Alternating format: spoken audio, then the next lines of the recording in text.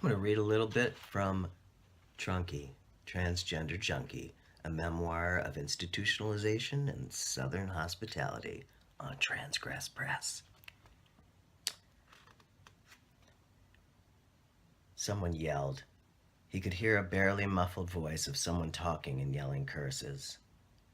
Now and again he could feel and hear the sound of the wood closet they each had in their rooms being kicked and punched. Again and again he heard the kicking. Earlier, he had seen a wiry, strung-out youth, a white kid, with his pants well below his waist, his boxers blousing between a dirty but expensive designer hoodie and filthy Walmart jeans. The kid had been whining in the hallway at the med line, telling each person near him how he needed Suboxone because he was sick.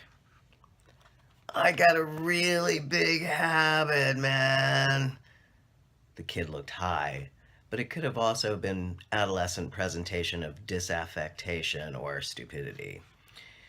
He had looked at Lawrence and said, "Someone's in for a rough ride."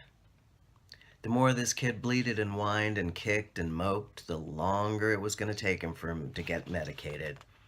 He would eventually break the will of the staff, but staff could hold out a very long time. Most of them were parents, and tantrums held no power over them. Ordinarily, they were sensitive to the addict's plight and sought to keep everyone as comfortable as possible as soon as they were able. But he could see this kid pushed it. It was the whine as much as anything else. The kid would not stop talking.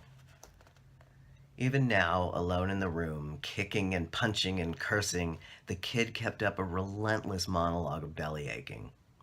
He figured the kid would wear himself out, exhaust himself like a child. That the kid had all that energy meant, for one thing, he wasn't in any kind of severe withdrawal.